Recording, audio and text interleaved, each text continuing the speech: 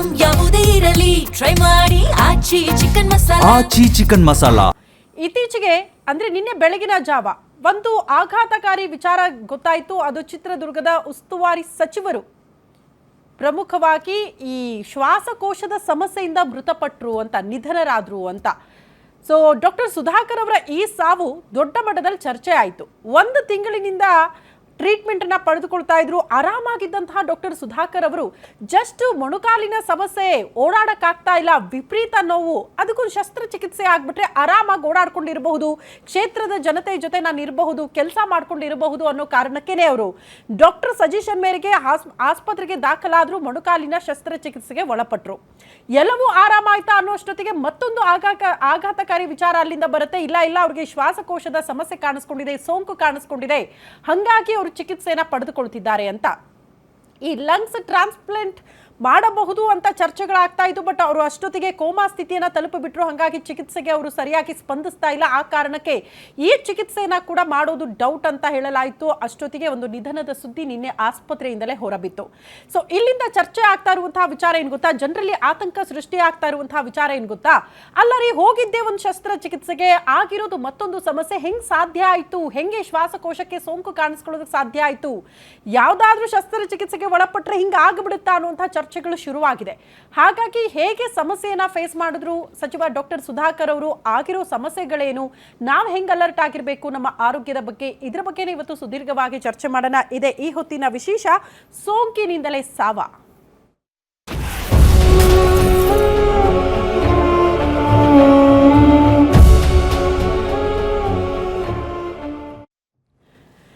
ಚಿತ್ರದುರ್ಗದ ಉಸ್ತುವಾರಿ ಸಚಿವರು ಡಾಕ್ಟರ್ ಸುಧಾಕರ್ ಅವರ ಸಾವಿನ ಬಗ್ಗೆ ಹಲವಾರು ರೀತಿಯ ಚರ್ಚೆಗಳಾಗ್ತಾ ಇದೆ.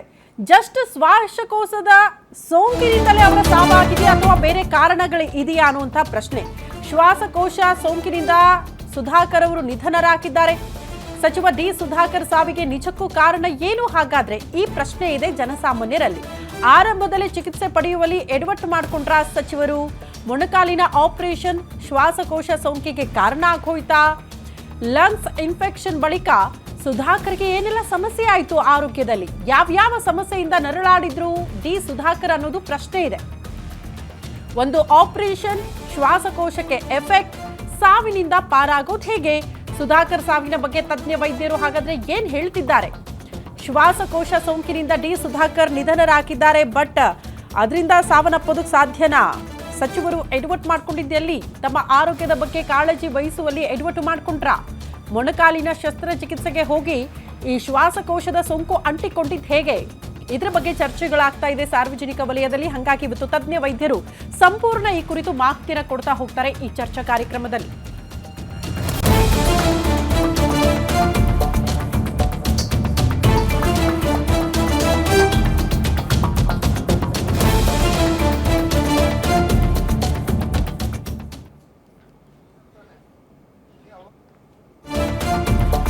ಮತ್ತೊಂದು ಅಪ್ಡೇಟ್ ಇದೆ. ಮೊಣಕಾಲಿನ ಆಪರೇಷನ್ ಬಳಿಕ ಲಂಗ್ಸ್ ಇನ್ಫೆಕ್ಷನ್ ಕಾಣಿಸ್ಕೊಂಡಿರೋದು ಡಿ ಸುಧಾಕರ್ ಅವರ ಆರೋಗ್ಯದಲ್ಲಿ.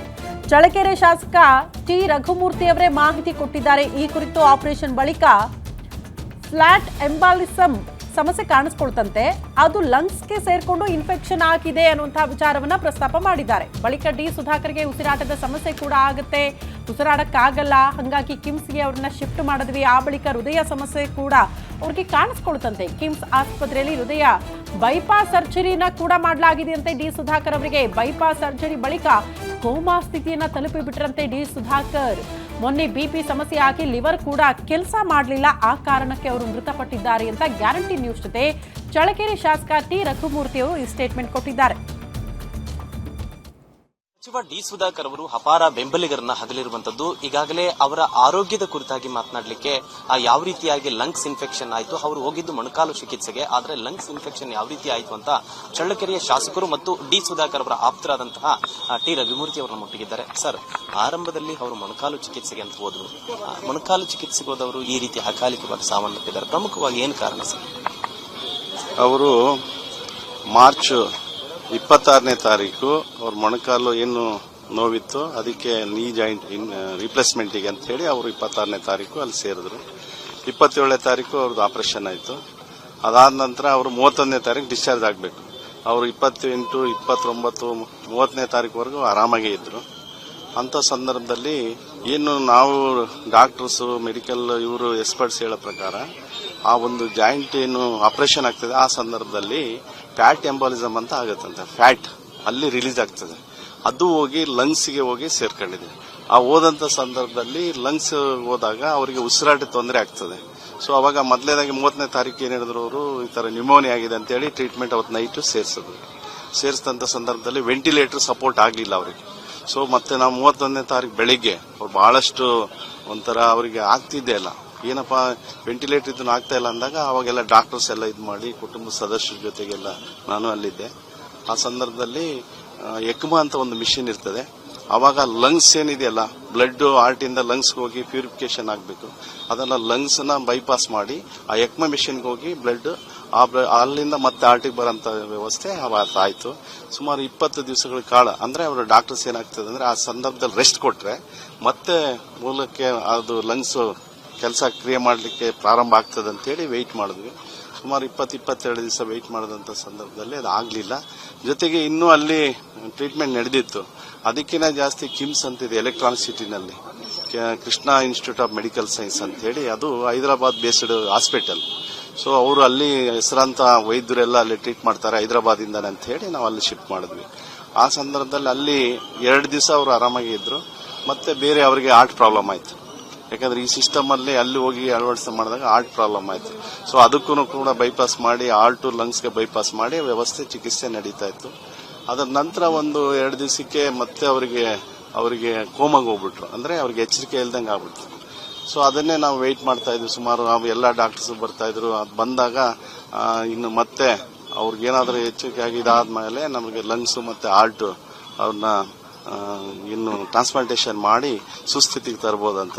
ಇನ್ನು ಅವರು ನಿಧಾನ ಒಂದಕ್ಕಿಂತ ಮೊದಲೇ 3-4 ಡೇಸ್ ಬ್ಯಾಕ್ ದಿಲ್ಲಿಯಿಂದ ಒಬ್ಬರು ಪ್ರವೀಣ್ ಗುಪ್ತಾ ಅಂತ ಡಾಕ್ಟರ್ ಬರ್ತಾರೆ. ಅವರು ನೋಡಿ ಇಲ್ಲ ಅವ್ರನ್ನು ಬ್ರೈನ್ ಇನ್ನು ಸರಿಯಾಗಿದೆ, ಆ ಟ್ರೀಟ್ಮೆಂಟ್ ಮಾಡಿದ್ರೆ ಮತ್ತೆ ಸುಸ್ಥಿತಿಗೆ ಬಂದ ಮೇಲೆ ನೀವು ಹಾರ್ಟ್ ಮತ್ತೆ ಲಂಗ್ಸ್ ಟ್ರಾನ್ಸ್ಪ್ಲಾಂಟೇಶನ್ ಮಾಡಿ ಅವ್ರನ್ನ ಸುಸ್ಥಿತಿಗೆ ತರಬಹುದು ಅಂತ ಎಲ್ಲ ಹೇಳಿದ್ರು. ಆದರೆ ಅದರ ಮಧ್ಯೆ ಮೊನ್ನೆ ರಾತ್ರಿ ಅವರಿಗೆ ಒಂದು ಸ್ವಲ್ಪ BP ಎಲ್ಲ ವೇರಿಯೇಷನ್ ಆಗಿ ಮತ್ತೆ ಲಿವರು ಬೇರೆ ಬೇರೆ ಮಲ್ಟಿಪಲ್ ಆರ್ಗನ್ಸ್ ಎಲ್ಲ ಸ್ವಲ್ಪ ಕೆಲಸ ಮಾಡಲಿಕ್ಕೆ ತೊಂದರೆ ಆಗಿ ಮತ್ತೆ 3 ಕಾಲ್ಗೆ ನಿಧನ ಹೊಂದಿದ್ರು. ಇದು ಪರಿಸ್ಥಿತಿ. ವಿಶೇಷವಾಗಿ ಸುಧಾಕರ್ ಅವರು ಯಾವಾಗಲೂ ಕೂಡ ಜನಸೇವೆಯಲ್ಲಿ ತೊಡಗ್ತಾ ಇದ್ರು. ಇದನ್ನೊಂದಿಷ್ಟು ಪಕ್ಕಕ್ಕಿಟ್ಟು ಆರೋಗ್ಯದ ಕಡೆಗೆ ಗಮನ ಹರಿಸಿದ್ರೆ ಈ ರೀತಿಯಾದಂತಹ ಒಂದು ದೊಡ್ಡ ನಷ್ಟ ಆಗ್ತಾ ಇರಲಿಲ್ಲ.